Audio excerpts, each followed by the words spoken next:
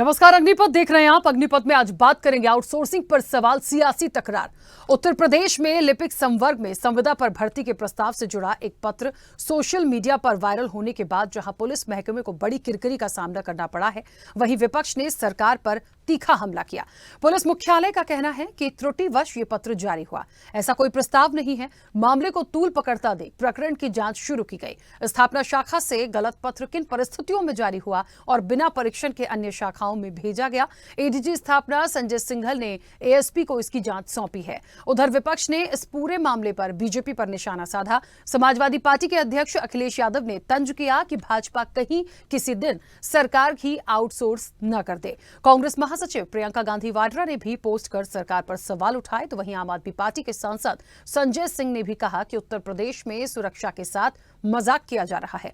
दरअसल पूरे मामले की शुरुआत बुधवार रात हुई, जब डीआईजी स्थापना की ओर से सभी शाखाओं के वरिष्ठ अधिकारियों को भेजा गया एक पत्र सोशल मीडिया पर वायरल हुआ, जिसमें लिपिक संवर्ग में आउटसोर्सिंग के माध्यम से भर्ती को लेकर सुझाव मांगे गए थे। अब बीते 24 घंटे से उत्तर प्रदेश पुलिस चर्चा में है।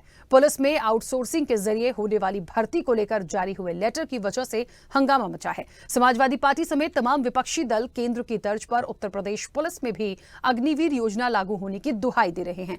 ऐसे में बड़ा सवाल कि कैसे त्रुटिवश ये पत्र जारी हो गया, या फिर पत्र जारी करने के बाद अब डैमेज कंट्रोल करने के लिए ये सारी कवायद की जा रही है। इसी पर चर्चा को आगे बढ़ाएंगे, उससे पहले कुछ प्रतिक्रिया है, पहले वो सुनाते हैं।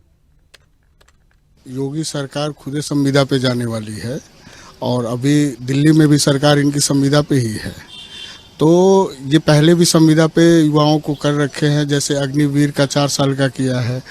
तो माननीय राष्ट्रीय अध्यक्ष अखिलेश यादव जी पहले भी बोल रहे थे चुनाव के दौरान कि पुलिस विभाग को भी संविदा पे ही करेंगे, तो ये वही लेटर जारी किया है। जैसे ही चुनाव खत्म हुआ है, पुलिस विभाग के लिए युवाओं को संविदा पे लाने की तैयारी चल रही है। धोखे से वायरल हो गया, यानी इसकी प्लानिंग तो चल रही है ना, तभी वायरल धोखे से हुआ है। लेटर तो जारी किया है इन लोगों ने, लेटर तो बनाया होगा ना। अब उत्तर प्रदेश में पुलिस की भर्ती ठेके पर होने जा रही है। ये कैसा मजाक है देश के नौजवानों के साथ, ये कैसा मजाक है उत्तर प्रदेश की सुरक्षा के साथ, कानून व्यवस्था के साथ। इसी तरह का मजाक गुजरात में किया गया है। गुजरात में भी ठेके पर पुलिस वाले रखे जाते हैं, कर्मचारी रखे जाते हैं। क्या वही मॉडल आप उत्तर प्रदेश में लाना चाहते हैं? बीजेपी के शासन में करोड़ों बच्चों का जीवन पेपर लीक के कारण बर्बाद हुआ। पुलिस भर्ती में लगभग 60 लाख बच्चों का जीवन बर्बाद हुआ पेपर लीक के कारण उत्तर प्रदेश में। उसकी जांच चल रही है और इस दौरान ये ठेके पे पुलिस की भर्ती। मैं समझता हूं ये फैसला तत्काल इस पर सरकार को विचार करना चाहिए और कतई ये फैसला लागू नहीं होना चाहिए। देखिए, उत्तर प्रदेश की पुलिस ने इस मसले पर स्पष्टीकरण पहले ही दे दिया था। उसके बावजूद जानबूझ करके युवाओं को भड़काने के लिए, भ्रम में डालने के लिए, अफवाह फैलाने के लिए जानबूझ करके इस तरह की बातें की जा रही हैं। यह स्पष्ट है कि उत्तर प्रदेश पुलिस में एक दरोगा स्तर पर किसी प्रकार की कोई आउटसोर्सिंग की भर्ती नहीं होगी। उत्तर प्रदेश की पुलिस इसको स्पष्ट कर चुकी है।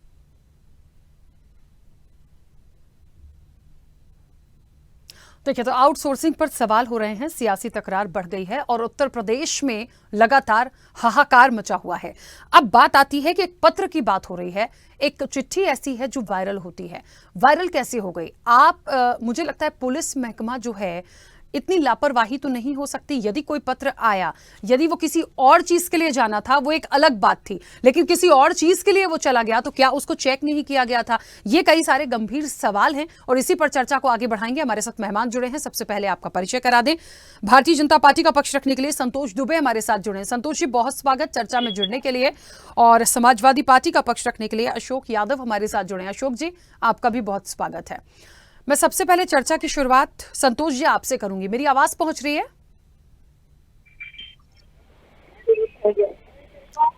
संतोष जी, आवाज पहुंच रही है मेरी? जी। संतोष जी, एक ये चिट्ठी आई है जिसकी वजह से उत्तर प्रदेश में काफी बवाल मचा हुआ है। हालांकि पुलिस डिपार्टमेंट की तरफ से ये कहा गया है, ये तमाम बातें आ चुकी हैं कि त्रुटिवश ये तमाम चीजें हुई हैं, लेकिन विपक्ष जो है इस पर हमलावर है, हंगामा तो हो रहा है। मेरा सवाल ये है कि ये किस तरह की गलती थी? हो सकता है उस पर कुछ प्लान चल रहा था, उसको अलग तरीके से लाना था, लेकिन वो जारी किसी और रूप में हो गया, तो निश्चित तौर पर सवाल तो है। लेकिन क्या इस तरह की त्रुटि होना ठीक बात थी या कोई ऐसा संभव था? क्या उसको किसी ने जांचा परखा नहीं? देखिए, जो भी चिट्ठी बाहर लीक होती है शासन की, या मान लिया सरकार कोई ऐसे निर्णय लेने जा रही है या करने जा रही है, तो ये जो चिट्ठियां बाहर आती है निश्चित किसी न किसी तरीके से त्रुटिपूर्ण हुआ होगा। ये नहीं कहते किसी ने जानबूझ के कर दिया, या कोई ना कोई ऐसी घटना है जिससे जो है इस सब सारी चीजों को जो है सामने आ रही है। कोई भी निर्णय सरकार का होता है, जब तक वो पूरी तरीके से एक पटल पे ना आ जाए तब तक उसको ओपन करना जो है नहीं चाहिए। लेकिन फिर भी अगर ये हुआ है तो कहीं न कहीं जांच का विषय है, और निश्चित ही जो भी लोग इससे कमियां जिनकी है उनके खिलाफ कार्रवाई हो। ठीक है अशोक जी, इसको लेकर समाजवादी पार्टी हो चाहे कांग्रेस हो लगातार हमलावर हैं और आम आदमी पार्टी ने भी अपनी प्रतिक्रिया दी है। बार बार इस पूरे चिट्ठी को जोड़ा जा रहा है, अग्निवीर जो पूरी योजना लेकर सरकार आई थी उससे जोड़ा जा रहा है कि वहां पे भी आपने तमाम चीजें करी है। यहाँ पर जो बात है और जिस तरह की चिट्ठी जारी हुई है उसमें तो कोई प्रावधान था ही नहीं, उसमें इस तरह की भर्ती का कोई प्रावधान नहीं था, लेकिन वो जारी ऐसे हो गई कि उसको प्रावधान में दिखा दिया गया, तो इसीलिए बवाल हुआ है। लेकिन अब क्योंकि कह रहे हैं कि त्रुटिवश है और उसको संज्ञान में लिया है और दोबारा नहीं होगा, उसकी क्लियरिटी दे दी है, फिर भी कोई शंका है विपक्ष को? देखिए, कभी किसी ने कल्पना नहीं किया होगा कि इस देश की सेना को अग्निवीर बना दिया जाएगा। आजादी के बाद से कभी ऐसा नहीं हुआ था, और किसी चाहे हिंदुस्तान की जनता हो या हिंदुस्तान का नवयुवक हो या कोई सियासी दल हो, किसी ने सपने में भी नहीं सोचा था कि भारतीय सेना को ठेके पर रख दिया जाएगा। लेकिन इस मोदी सरकार ने वो भी करके दिखाया। हमारे राष्ट्रीय अध्यक्ष जी अपने रैलियों में, आपको याद होगा, कई बार उन्होंने कहा कि पुलिस वालों को भी इसी तरह का जो ठेके पर रखने की तैयारी चल रही है।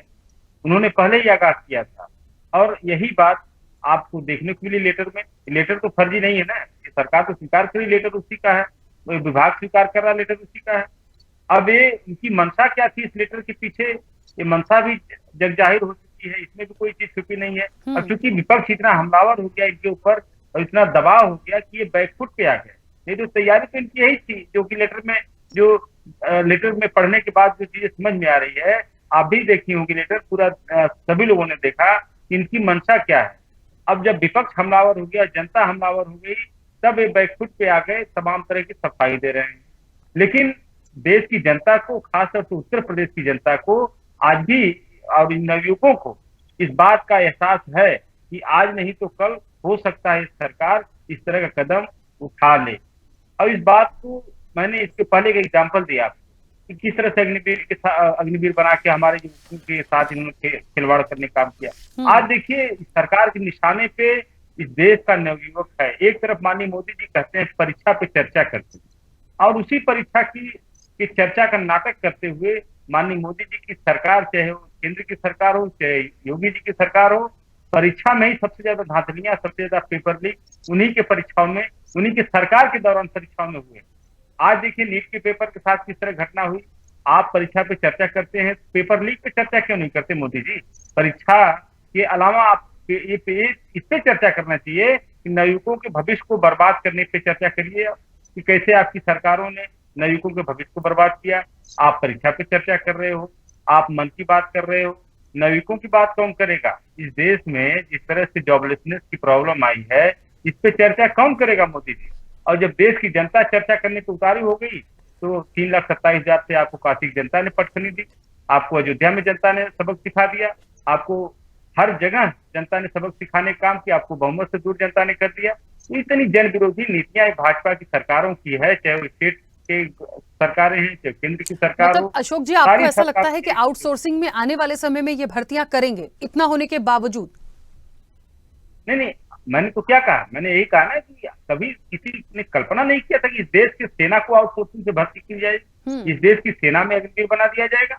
अब एक चर्चा करते हैं कि ऑस्ट्रेलिया में ऐसा हुआ है, फलाने जगह ऐसा हुआ। क्या ऑस्ट्रेलिया का इन्वायरमेंट हिंदुस्तान में है? ऑस्ट्रेलिया की डेमोग्राफी की स्थिति क्या है, हिंदुस्तान की डेमोग्राफी की स्थिति क्या है? हर देश की अपनी अपनी जो है जरूरतें होती हैं, उसी हिसाब से देश की सरकारें कदम उठाती हैं। आज आप देखिए कि अग्निवीर के, जब से अग्निवीर सेवा हुई है इस देश में लागू, गोरखा रेजिमेंट की वैकेंसीज खाली हो रही। गोरखा लोग जा नहीं रहे, गोरखा लोग कह रहे हैं कि हम 4 साल के ठेके पे नहीं जाएंगे। इसका दुष्परिणाम किसको भुगतना पड़ेगा? पहाड़ों पे सबसे ज्यादा लड़ाकू अशोक जी, 1 मिनट मैं रोकूंगी आपको, 1 मिनट रुकिएगा। मुझे ऐसा लगता है संतोष जी, यहाँ पर एक बात की क्लियरिटी होना बहुत जरूरी है, और वो ये है कि आउटसोर्सिंग से पुलिस भर्ती जिसको लेके ये पत्र आया है वो होगी या नहीं होगी, इसमें एक क्लियरिटी पुलिस विभाग की तरफ से आ चुकी है। तो मुझे लगता है इस बात को खत्म करना चाहिए। लेकिन विपक्ष को ये अंदेशा है कि आने वाले समय में आप ऐसा करेंगे, क्योंकि सेना की भर्ती के लिए जो अग्निवीर लाए उसमें भी ये तमाम चीजें हुई। दूसरी महत्वपूर्ण बात कि यदि ऐसा हुआ तो अग्निवीर में 4 साल की जो बात की गई थी, तो यहां पे बड़ा गंभीर प्रश्न है कि यदि पुलिस भर्ती भी ऐसे करने लगे तो क्या उनका भी एक क्राइटेरिया फिक्स कर दिया जाएगा? तो ऐसे में तो फिर बहुत दिक्कत हो जाएगी। राकेश, देखिए ऐसा है कि ऐसी कोई योजना नहीं थी सरकार की, और ना ऐसी कोई योजना है, क्योंकि पुलिस प्रशासन एक ऐसी व्यवस्था होती है जिसमें इस तरीके की जो है चीजें, इस तरीके से लोगों को जो है भर्ती नहीं किया जाता। वो छोटी मत संतोष जी, आवाज नहीं आ रही आपकी। तरीके संतोष जी, मुझे लग रहा है कुछ नेटवर्क इशू है, आपकी आवाज बिल्कुल नहीं आ रही है।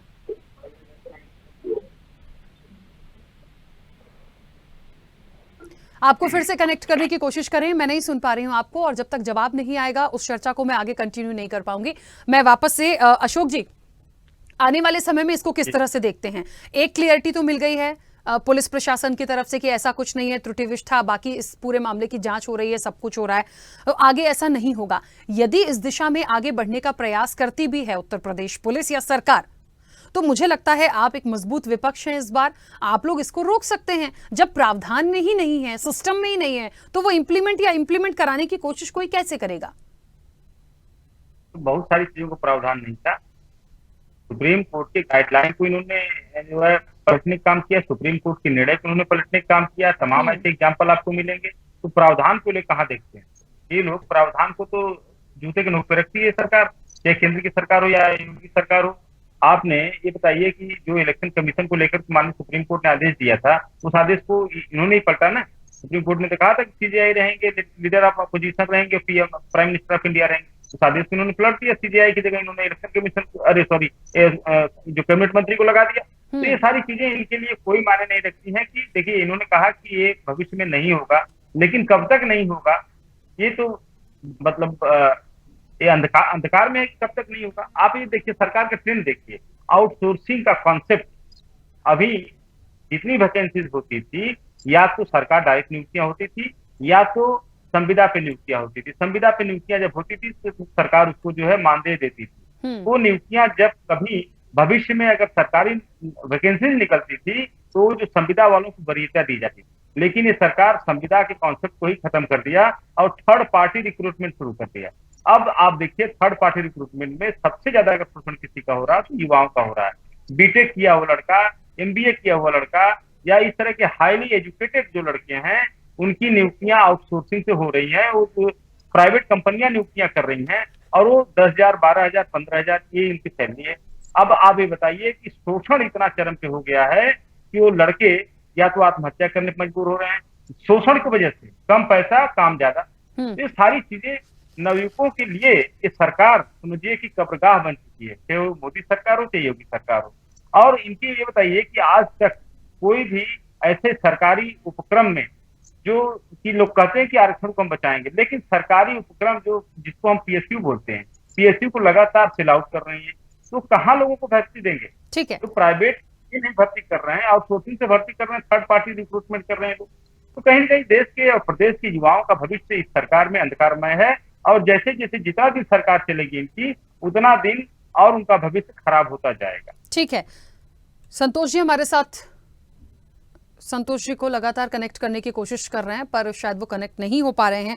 लेकिन महत्वपूर्ण सवाल है, सबसे बड़ी बात तो यहाँ यही हो जाती है कि आखिरकार ये इतनी बड़ी त्रुटि ऐसे हो क्यों गई? या तो कोई प्लानिंग पहले से चल रही थी, वो किसी और परिप्रेक्ष्य में होनी थी और वो किसी और परिप्रेक्ष्य में सामने आ गई। अच्छा अशोक जी, मतलब बहुत बिना राजनीति से जोड़कर, थोड़ा हटकर हम इस चीज को एक आम नागरिक होने के नाते देखें, तो आपको लगता है पुलिस डिपार्टमेंट में किसी एक व्यक्ति ने तो पत्र नहीं बनाया कि पत्र बनाया, शामिल कर दिया, उसको फॉरवर्ड कर दिया, तमाम चीजें कर दी? मुझे लगता है बेहद महत्वपूर्ण यहां पर यह होगा कि जानबूझ के ये चीज हो गई है या वाकई उसको करना चाह रहे थे, वो आ गलत तरीके से गया है, और या फिर ये कह लें कि कोई साजिश थी इसके पीछे या जानबूझ के किया? आप कैसे समझ रहे हैं इस चीज को? पॉलिटिकल एंगल से थोड़ा हटके बताइएगा। देखिए, पॉलिटिकल एंगल मैं नहीं ले रहा हूँ, जो भी बातें मैं कर रहा हूँ पॉलिटिकल एंगल नहीं कर रहा हूँ। मैं आपको ये बताइए कि रिक्रूटमेंट को लेकर के जो बातें इस प्रदेश में हो रही है, क्या ये पॉलिटिकल एंगल है? लेकिन ये जो आपने पर्टिकुलर जो सवाल किया, ये लेटर तो सरकार मान रही है ना कि उसी का लेटर है। हाँ। ये नहीं कर रही है, विभाग तो कर नहीं रहा कि लेटर फर्जी है। लेटर तो उन्हीं का है, वो लोग एक्सेप्ट भी कर रहे हैं। तो इन लेटर के पीछे मंशा क्या थी, जो हमको लग रहा है as a citizen, as a नागरिक, वो ये लग रहा है लोगों को कि ये सरकार की मंशा गलत थी और एक किसी तरह से ये वायरल हो गया लेटर। किसी मतलब व्यक्ति ने इसको वायरल कर दिया, उसको लगा होगा कि हो सकता है कि हमारे प्रदेश के लाखों युवाओं का भविष्य अंधकार में पड़ जाए। ये लेटर वायरल हो जाएगा तो हो सकता है जनता का दबाव पड़े, विपक्ष का दबाव पड़े, तमाम तरह की सरकार के ऊपर प्रेशर आए। तो ये सब जो उसके मन में जो बात है कि ये भविष्य में करेंगे, वो बात एक कुछ दिन के लिए पोस्टपोन कर सकते हैं। ये भी एक पहलू इसका ये भी हो सकता है। दूसरा पहलू इसका यह है कि सरकार करे कि गलती से लेटर वायरल हो गया या इसकी मंशा नहीं थी, तो सरकार को स्पष्ट करना चाहिए कि इसके इस लेटर में जो कंटेंट है, जो लिखा हुआ, उसके पीछे क्या मंशा थी। ये तो कम से कम बताते वो, इसमें लिखा जो है उसके पीछे क्या मंशा उनकी। जी बिल्कुल। देखिए, ये एक बड़ा महत्वपूर्ण बात यहाँ पर आई है। लगातार ये जो चीज़ें सामने आई हैं वो कहीं ना कहीं अच्छी तो नहीं है, ना तो मैसेज अच्छा है, ना सरकार के लिए अच्छा है। लेकिन लगातार इस तरह के जो घटनाक्रम आते हैं ये अपने आप में एक सवालों के घेरे में हैं। लगातार भारतीय जनता पार्टी को कनेक्ट करने की कोशिश कर रहे हैं, फिलहाल हमारे साथ कनेक्ट नहीं है। अशोक जी, आने वाले समय में इसको किस तरह से लिया जाए? एक तो मजबूत विपक्ष है, आप निश्चित तौर पर यदि कोई ऐसी चीज आती है तो आप उसको रोकेंगे ही, आवाज उठानी होगी। मजबूत विपक्ष है, मैं तो इस बार मानती हूं, तो कहीं ना कहीं एक उस पूरे मुद्दे को लेकर जाएंगे। लेकिन जहां तक ये आउटसोर्सिंग वाला प्रावधान आया है, क्यों इस चीज को लाने की जरूरत है ये भी देखना पड़ेगा। मतलब जहां जरूरत है वो तो ठीक है, बट जरूरत नहीं है तो क्यों उस चीज को इतना उसमें इन्वॉल्व होने की जरूरत सरकार को पड़ रही है? क्या मंशा हो सकती है इसके पीछे? देखिए, सरकार की सिर्फ और सिर्फ एक मंशा है कि इस देश के लोगों को 5 किलो अनाज के ऊपर डिपेंड कर दिया जाए। तो जनता इस लेवल की न बचे कि वो अपने हाथ से, अपने मेहनत से कमा सके और कमा के अपना स्वाभिमानी जीवन जी सके। इसीलिए इस तरह के प्रावधान हो रहे हैं कि जनता को इतना परेशान कर दो कि वो भुखमरी के कगार पे आ जाए और जनता ये सोचने पे मजबूर कर दे कि चलो कम से कम मोदी सरकार हमें जिंदा रखने के लिए 5 किलो राशन को दे रही है। तो ये एक तरह से पूरी जनता के साथ ये धोखेबाजी करने का तरीका। आप देखिए, सरकार कहती है कि हम जन सरोकार के या जन कल्याणकारी नीतियां मोदी जी की सरकार के द्वारा चलाई जा रही है, जिससे जनता इतना प्रसन्न है। आप जन कल्याणकारी नीतियों में कर क्या रहे हैं? आप जनता को कह रहे हो कि हम 5 किलो आपको राशन दे रहे हैं, किसान सम्मान निधि 500 रुपए दे रहे हैं, लेकिन वहीं पे जो आपके चहेते जो चंद उद्योगपति हैं, उनका 16 लाख करोड़ रुपया उनको दे रहे हो, उनका जो कर्ज माफी कर दे रहे हो, उसका रिटर्न ऑफ कर दे रहे हो। तो कहीं न कहीं जो जनता के पास जो मिल रहा है, जनता को तो कुछ नहीं मिल रहा है। आप सिर्फ जनता के हाथ में झुंझुना दे रहे हो और उसके बदले आप ले क्या रहे हो?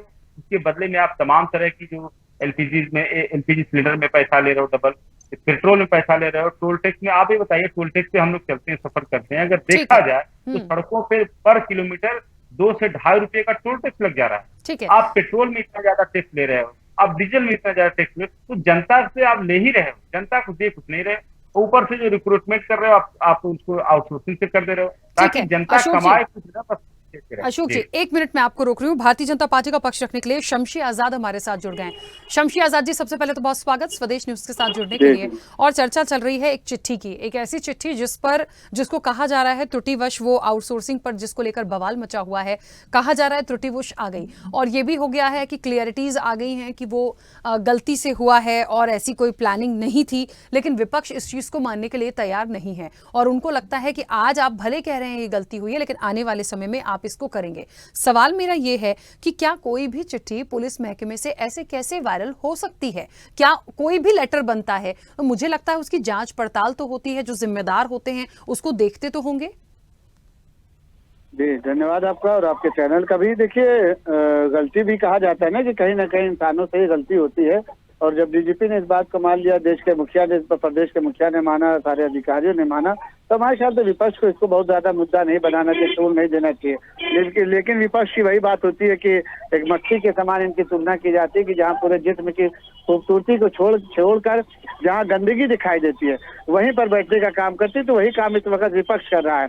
अगर प्रदेश में अमन चैन है तो उसकी बात नहीं करेंगे, विकास हो रहा है उसकी बात नहीं करेंगे, प्रदेश में जो है विकास का दर तेजी से बढ़ रहा है, रोजगार बढ़ रहा है, शिक्षा का स्तर बढ़ रहा है, स्वास्थ्य का स्तर बढ़ रहा है, हर चीज में सुधार किया जा रहा है। सड़कों को आप देख लिए, एयरपोर्ट को देख लिए, रेलवे स्टेशन को देख लिए, तो ये सारी चीजें नहीं करेंगे। लेकिन इनके यहाँ होता ये कि इनके कार्यालय से जो है सुबह सुबह इनके व्हाट्सएप पर आ जाता है, व्हाट्सएप यूनिवर्सिटी से, कि इस तरीके से बता आपको विरोध करना है। तो विरोध में वही कमियां होती जब हमने खंडन कर दिया, जब हमारे अधिकारियों ने इस बात का खंडन कर दिया कि त्रुटिवश हुआ है और उसके लिए जो है तो मानी भी गई, इसकी गलती मानी गई, तो उसके बाद हमारे ख्याल से विपक्ष को चाहिए था कि इस मुद्दे को वहीं पे खत्म करते। लेकिन इनके पास जनता से जुड़े हुआ कोई मुद्दा होता नहीं। जब चुनाव होने लगता है तो ये हजारों कमियां पार्टी गिनाने लगते हैं। लेकिन इनसे अगर आप पूछ लीजिए कि भाई आपने इस पर कोई आंदोलन किया, आपने कोई इस पर जो है जनता का समर्थन लिया, जनता के साथ आप सड़कों पर निकले, लाठियां खाई, जेल गए, तो ये बता नहीं पाएंगे। इनकी राजनीति जो है ये सिर्फ जो है भ्रमित करने की राजनीति, भ्रामक फैलाने की राजनीति जो है, और क्या कहते हैं उसको जो है जनता को सिर्फ और सिर्फ वर्गराने की, कि किस तरीके से जो सरकार चल रही है उसका अमन चैन किस तरीके से जो प्रदेश में बना उसको खत्म किया जाए। जनता जो आज भारतीय जनता पार्टी के साथ जुटी हुई है, आज हर समाज जो भारतीय जनता पार्टी के साथ जुड़ा हुआ है, सुरक्षित है, उसको सम्मान महसूस हो रहा है। तो ये चीज विपक्ष को हजम नहीं हो रही है कि किस तरीके से जो हमारा वोट बैंक हुआ करता था, जिससे हम राजनीति किया करते थे, वो सारा का सारा भाजपा में चला गया है, ओबीसी समाज चला गया, दलित समाज चला गया, और तो और इनका जो कोर बैंक हुआ करता था, वोट हुआ करता था मजबूत अल्पसंख्यक समाज, वो भारतीय जनता पार्टी के साथ चला गया है। तो ये सारी चीजें जब ये रात में सोचते हैं तो इनकी नींदें उड़ जाती हैं, रात भर ये बेचैनी में करवट बदलते रहते हैं, और उसके बाद जैसे सुबह होती है तो ये इस तरीके की बातों को लेकर मुद्दा बनाते हैं, वो भी ट्विटर पर, फेसबुक पर, मीडिया पर। फिर इसी तरीके से जनता के बीच में जब ये जाते हैं, जनता के बीच में समर्थन मांगने की बात करते हैं, तो जनता इनके मुद्दों को नकार देती है। ठीक है शमशी आजाद जी, मुझे थोड़ी सी क्लैरिटी बस अब इस चीज की चाहिए, क्योंकि हालांकि आ चुकी है लेकिन फिर भी क्योंकि विपक्ष को लगता है कि आने वाले समय में हो जाएगा, मतलब पुलिस की जो भर्ती होगी कम से कम उसमें तो आउटसोर्सिंग का कोई प्रावधान नहीं है या नहीं होगा? कहीं से हमारे किसी मंत्रालय ने, केंद्र सरकार ने, प्रदेश की सरकार ने इस पर चर्चा भी नहीं की है कि इस तरीके की कोई बात की जाएगी। आगे आने वाला जब होता है, कोई ऐसे प्रोग्राम हम करने वाले होते हैं, तो हम कहीं ना कहीं जनता को पहले से अवगत करा देते हैं, जनता के बीच में जाके उसका सर्वे लेते हैं, उसका एक्शन रिएक्शन लेते हैं, जो धार्मिक गुरु होते हैं उनसे पूछते हैं, जो राजनीतिक होते हैं उनसे पूछते हैं, जो खिलाड़ी होते हैं, जो बुद्धिजीवी होते हैं, जो पार्टी के कार्यकर्ता होते हैं, विपक्ष के लोग होते हैं, हम सबसे चर्चा करने के बाद, जनता को ओपिनियन लेने के बाद, क्योंकि हम जनता की भलाई के लिए काम कर रहे हैं और हम ऐसा कोई काम नहीं करना चाहते जिससे जनता में नुकसान हो, हमारा नुकसान हो, क्योंकि जनता ही हमको आने वाले चुनाव में वोट देगी। हमें नहीं लगता कि भारतीय जनता पार्टी जो अभी लोकसभा में थोड़ा सा जिसका वोट मार्जिन कम हुआ है, जिसको थोड़ा सा निराशा हाथ लगी है, तो भारतीय जनता पार्टी जनता को नाराज करने के लिए कोई ऐसा काम करेगी। इस तरीके की बातें जो है विपक्ष द्वारा फैलाकर सिर्फ और सिर्फ समाज को जो है बहकाने का काम किया जा रहा है। तो हमें नहीं लगता कि सरकार इस तरीके की कोई योजना लाने वाली है, और योजना अगर लाने वाली होगी तो उसको पूरी तरीके से जनता के बीच में लाकर उनकी जो गलतफहमियां उसको दूर करेगी, उसके बाद सरकार जो इस तरीके कोई काम करेगी। तो ये सिर्फ कोरी अफवाह है, इस पर भारतीय जनता पार्टी ने न सोचा न इस पर काम कर रही है। ठीक है, समय किसी में। अशोक जी, बहुत जल्दी से आपकी अंतिम प्रतिक्रिया। देखिए शमशी जी भी बेचारे कह रहे थे कि जनता का हमें फलानी जात का आ गया, ओबीसी आ गया, पिछड़ा आ गया, तो इतने लोग 3,27,000 जो काशी में थे, जो माननीय मोदी जी की कांस्टिट्यूंसी है, उसमें 4,79,000 पिछली बार वोट मिला था, 4,79,000 से जीते थे, इस बार 1,52,000 से जीते हैं। तो 3,27,000 लोगों ने उनको रिजेक्ट किया भाई साहब। तो इन्हीं नीतियों को रिजेक्शन हुआ उनका, इन्हीं नीतियों की वजह से अयोध्या में जनता ने रिजेक्ट किया मोदी जी को। इन्हीं नीतियों की वजह से आपके उत्तर प्रदेश में 62 से 37 जगहों पे आ गया, जो जन विरोधी नीतियों की वजह से। आपकी सरकार सिर्फ और सिर्फ नवयुवकों के भविष्य को अंधकारमय करने का काम किया है। आप देखिए लाखों जो हमारे छात्र हैं, नीट की वैकेंसी में अभी जो है परीक्षाओं में जिस तरह से मार्क्स देखिए आपने अशोक जी मैं क्योंकि समय हो गया, बस एक बात छोटी सी कहना चाहती हूं, और वो ये बड़ी महत्वपूर्ण बात है कि आने वाले समय में एक महत्वपूर्ण बात कि ये जो पूरा मुद्दा सामने निकल कर आया है, ये क्लियरिटी हो चुकी है कि ऐसा कोई प्रावधान नहीं है, न कभी होगा, न सरकार करेगी। अब यदि इसको लेके कोई भी क्लू अगली बार मिलता है या आता है तो उसको त्रुटि नहीं माना जाएगा, उसे जानबूझ करके माना जाएगा, और उसके लिए एक मजबूत विपक्ष है, उसके लिए आप लोगों का पूरा हक होगा आवाज उठाने का, और अभी फिलहाल इस बात पर नजर रखने का कि इस पर इंप्लीमेंट ज्यादा नहीं नहीं होगा। ठीक है, चलिए समय हो गया। आप सभी का बहुत शुक्रिया इस चर्चा में जुड़ने के लिए। तो आउटसोर्सिंग पर सवाल है और सियासी तकरार है, वो तो होनी ही थी, क्योंकि लगातार उत्तर प्रदेश में जिस तरीके से इस लोकसभा के नतीजे आए हैं, पता नहीं भारतीय जनता पार्टी के साथ कुछ ऐसा हो रहा है कि कहीं ना कहीं से कोई एक ऐसा मुद्दा विपक्ष को मिलता है जो उसे भुनाने की पूरी कोशिश करते हैं। लेकिन यह मुद्दा भुनाने जैसा नहीं था, निश्चित तौर पर गंभीर विषय था। अब क्लियरिटीज आ गई हैं। अब देखते हैं आने वाले समय में कोई त्रुटि फिर होती है या फिर अब बिल्कुल सब कुछ अच्छे से चलेगा। यह देखने वाली बात होगी। चर्चा में इतना ही। बने रहिए स्वदेश न्यूज के साथ। सबसे पहले देश।